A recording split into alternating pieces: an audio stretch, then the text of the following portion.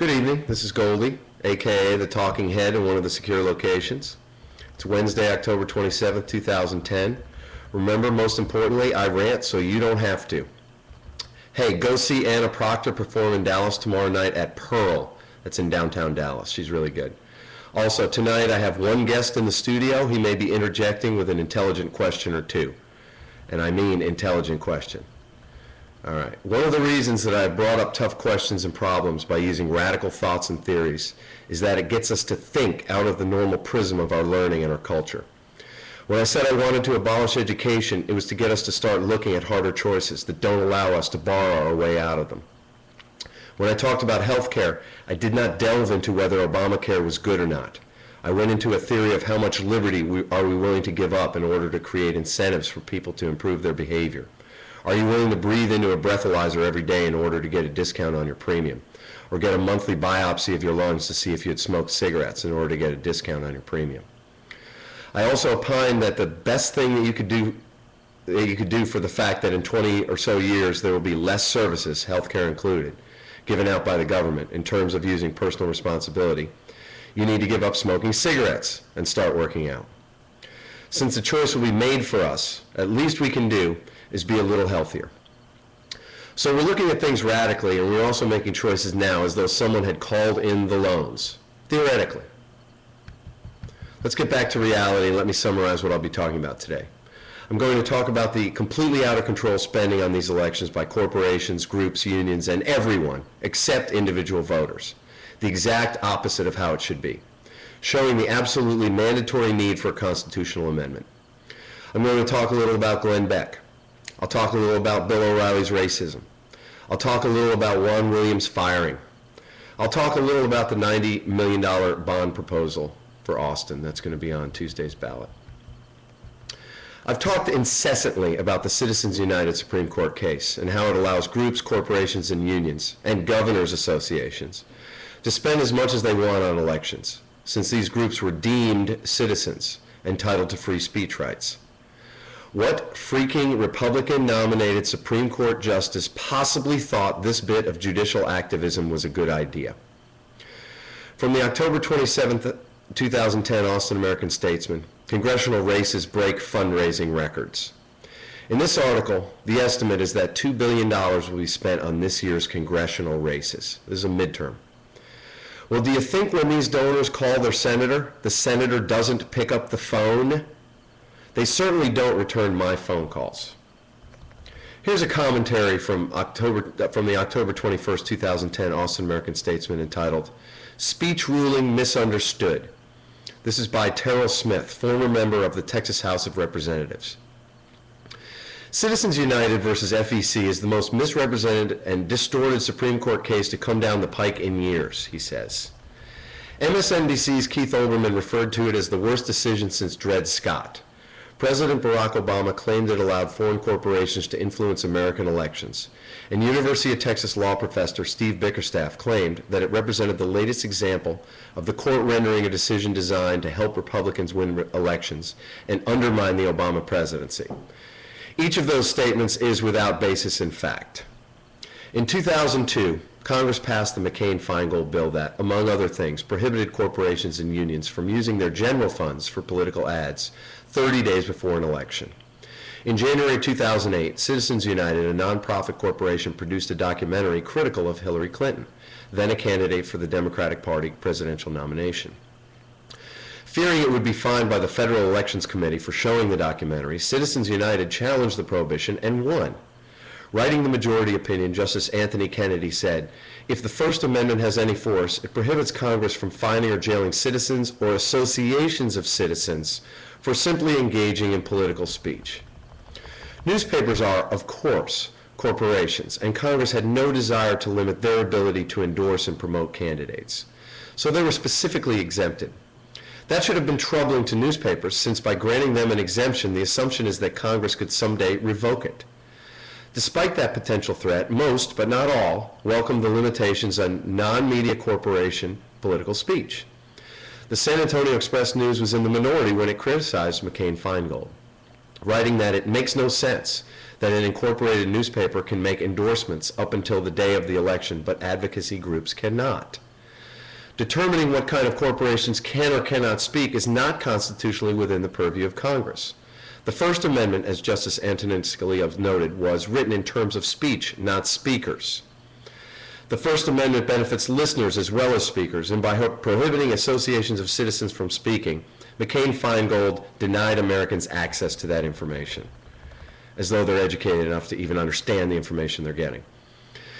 Again, this is out of his editorial. The Obama administration is alarmed that advocacy groups funded by corporations, some possibly foreign, are not required to disclose their donors.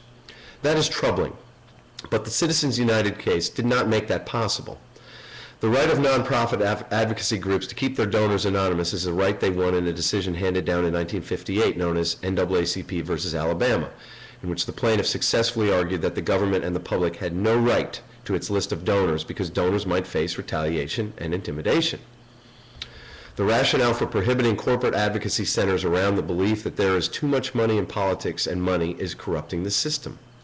If that is Bickerstaff's concern, he would have been more convincing had he balanced his outrage over an organization associated with Tom DeLay raising $749,000 from 20 corporations 8 years ago, with concern that one Houston lawyer has donated $1.3 million in the last few months to an organization whose sole purpose is to defeat Governor Rick Perry.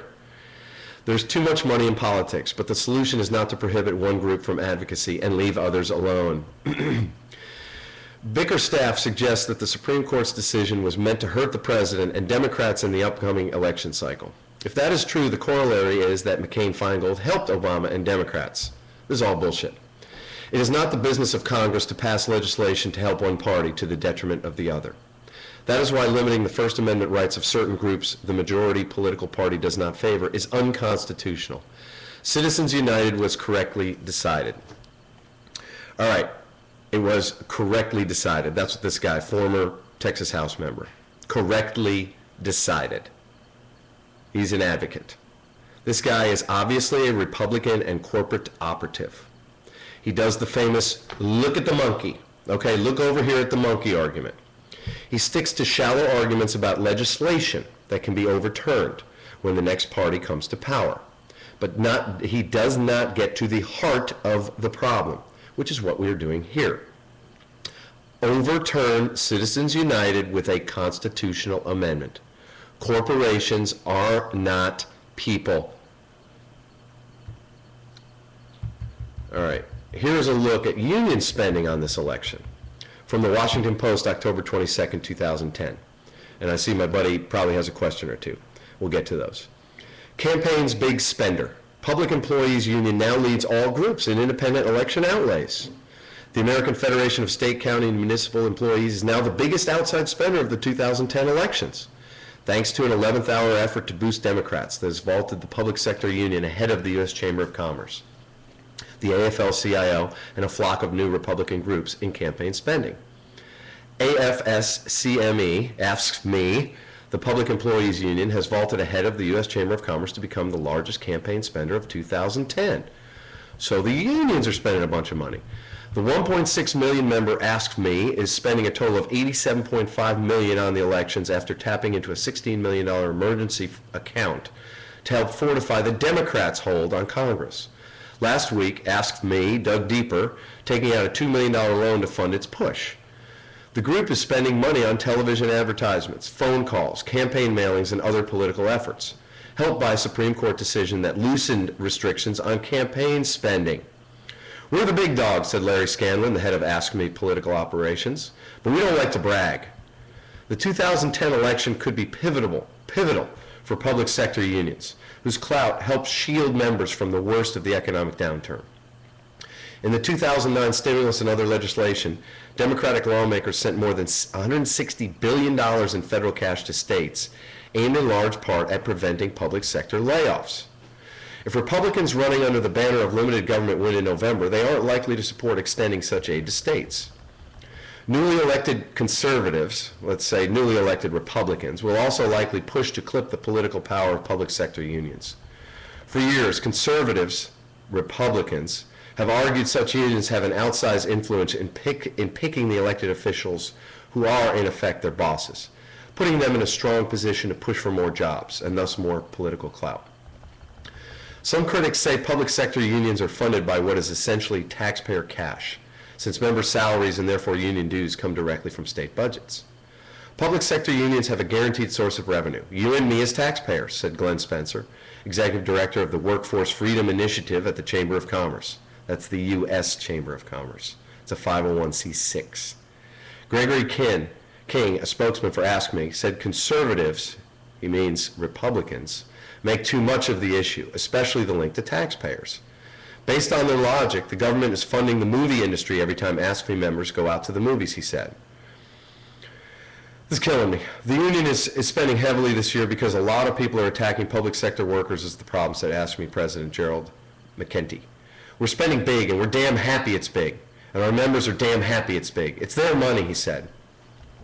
Spending totals are still in flux, and another group could overtake Ask Me in the race's remaining days. Campaign spending by outside groups is increasing rapidly, but is still smaller than spending by the Democratic and Republican parties, which combined have already doled out nearly $1 billion in this election cycle, according to the nonpartisan Center for Responsive Politics. So the parties have handed out $1 billion so far. Ask Me's campaign push accounts for an estimated 30% of what pro-democratic groups, including unions, plan to spend on independent campaigns to elect Democrats. It was made possible in part by a 2010 Supreme Court decision that permitted companies and unions to use their own funds to pay for certain political ads.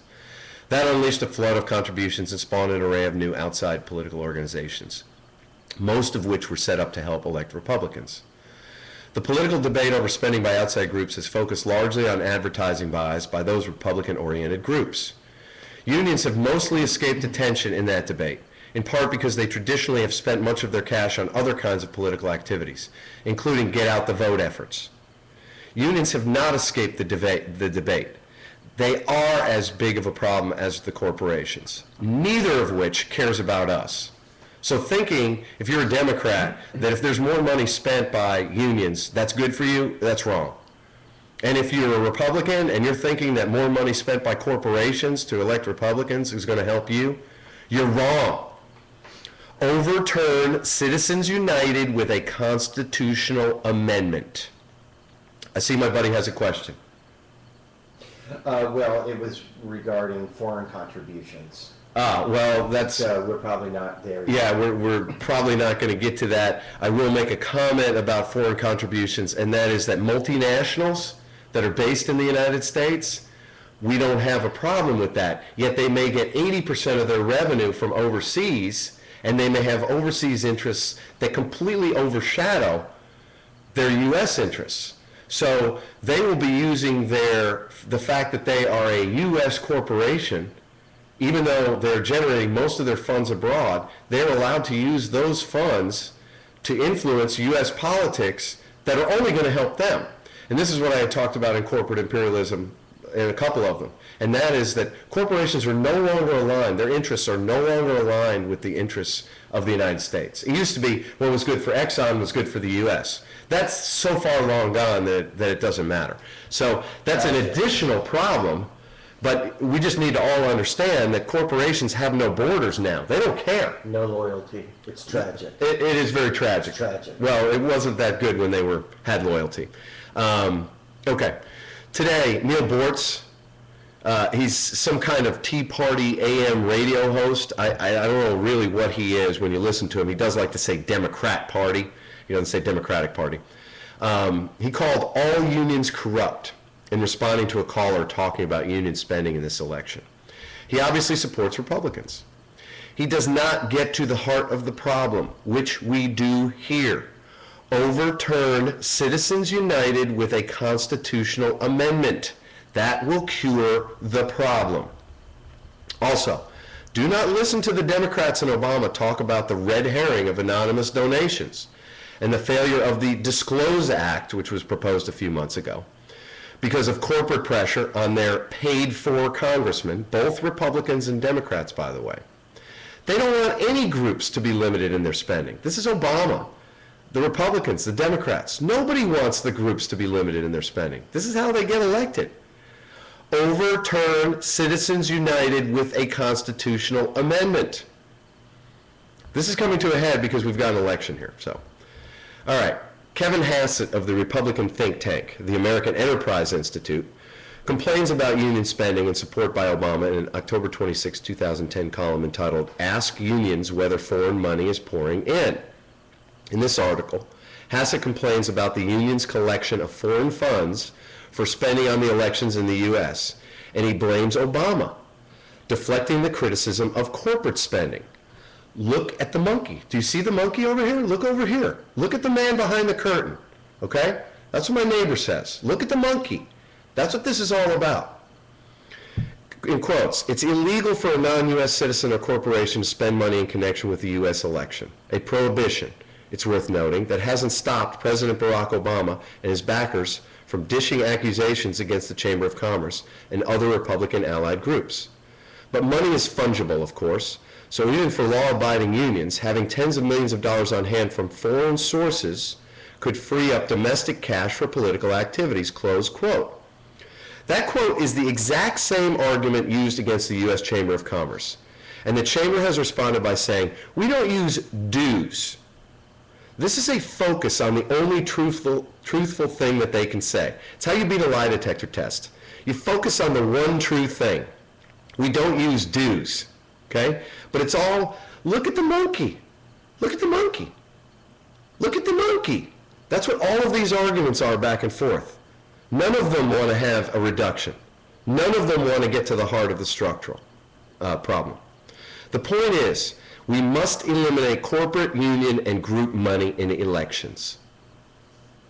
Why would we begin to think that Tea Party candidates will be beholden to anyone other than their donors? I ask this to the Tea Party people. There are no term limits. When these people get elected, they will be just like other Republicans. They will caucus with the Republicans, they will be given committee positions just like other Republicans, and they will vote with the other Republicans for corporate welfare. Not the other kind of welfare, the bad kind of welfare, but welfare just the same. With our money. Our money. We must get constitutional amendments passed to overturn Citizens United and prohibit all group spending on elections, whether by corporations, unions, or just a collection of two people. We must limit contributions to $100 per individual.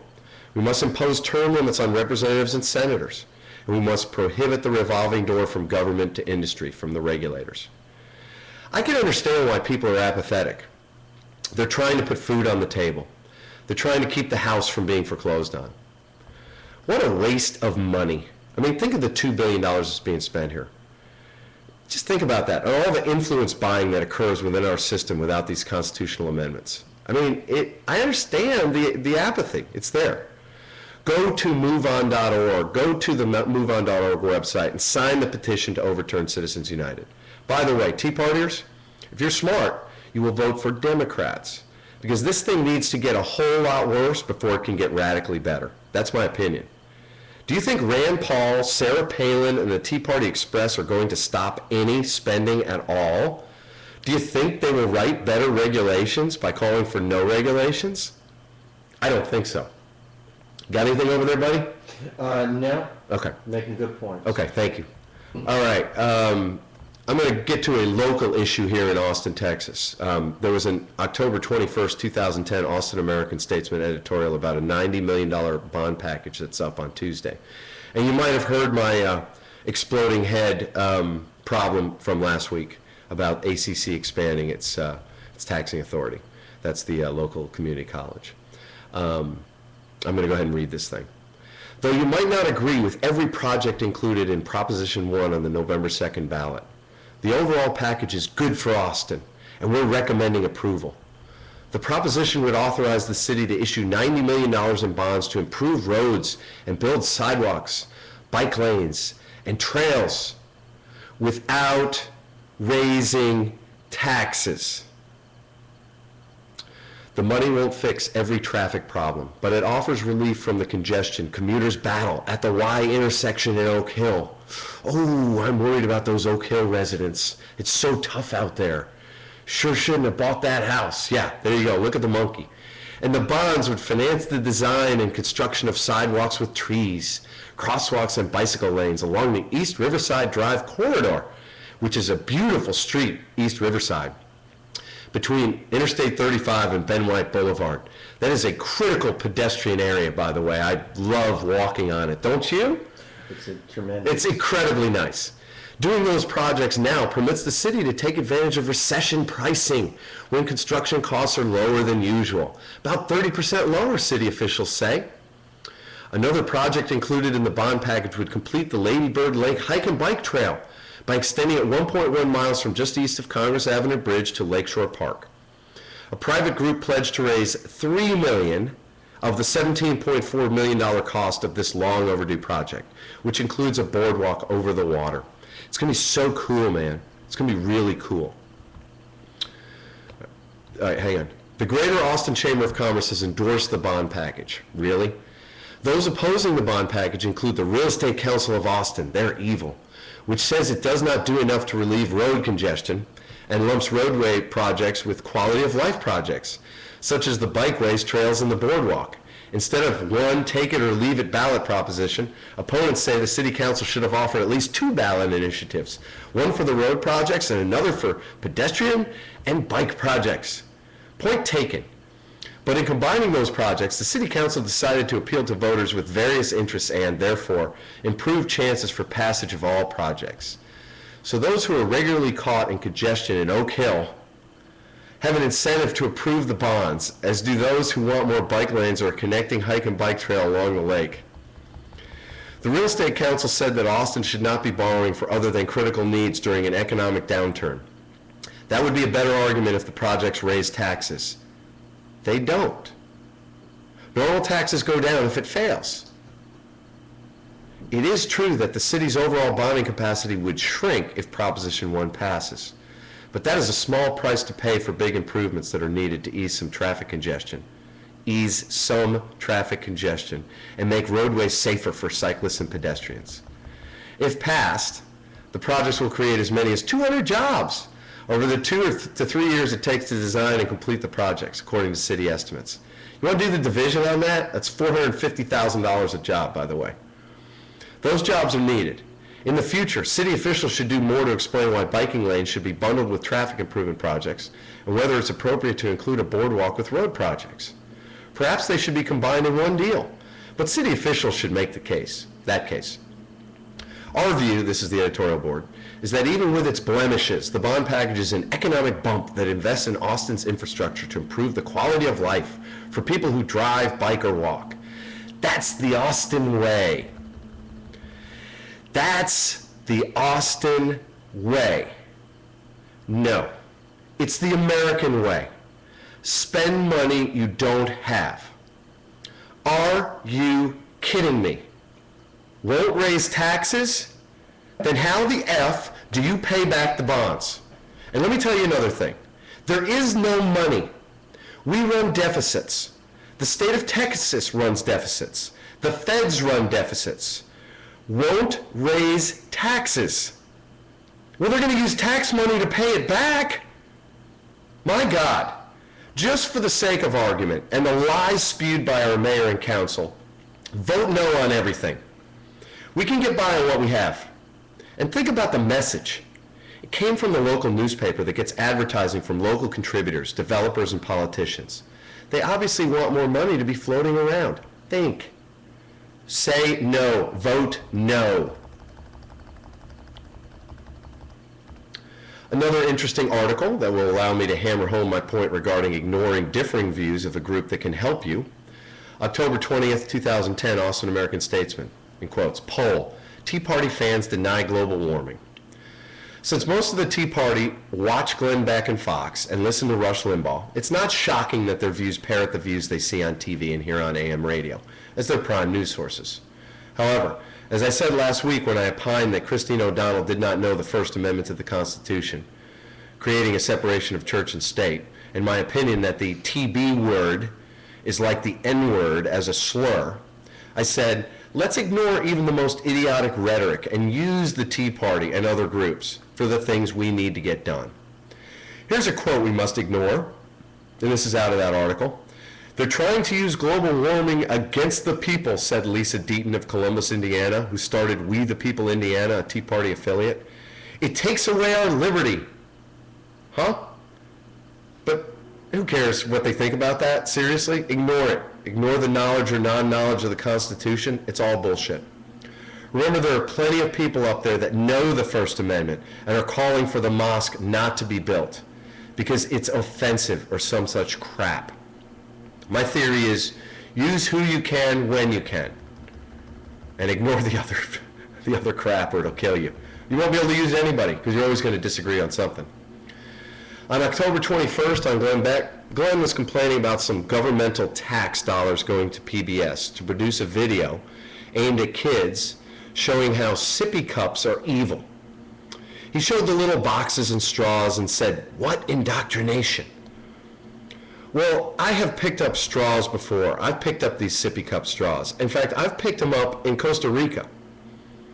Glenn then talked about video games and the dangerous chemicals contained in the games and how they would poison the environment. And he was talking about how this was another PBS thing that talked about how these games have these dangerous chemicals in them. Remember, in the past, I've talked about the concept of commonized costs and privatized profits, that particular game which is used by most industry. They want to spread their costs to the taxpayers, and they want to keep their profits privatized. So, as I had talked in the past about that external hard drive, they would rather that you throw it in the dump and we don't have a requirement to recycle the external hard drive, even though there's a bunch of dangerous chemicals in there. I have to ask, though, what is Glenn talking about as far as this indoctrination that's happening when you're actually giving some facts about both the sippy cup straws and the video game chemicals? My question is, why do I have to pay for the cleanup cost of your sippy cup? Why isn't Glenn asking that question? Why do I have to pay the cost of extracting mercury out of my water from your video game that got thrown out? This is a purely pro-corporation message from Glenn. The exact opposite of what the Tea Party is supposed to stand for. We all know we need some efficient regulation. Well, in this case, is no regulation working? Glenn, you let down your listeners almost continuously and support the cause of candidates that are not actually Tea Partiers. Sarah Palin on the mall, and indirectly Rick Perry, who's running for governor here. Let's talk about Juan Williams and his firing by NPR as a news analyst. By the way, Juan is the designated Democrat on all of the Fox panels. Palin and Huckabee all support this new Alan Colmes on Fox after his firing. It is a full and complete red herring. The Republican commentators and apologists complain about the federal funds given to NPR and that they should not be partisan because of the federal money that's given to NPR and that NPR is biased against Fox and Republicans.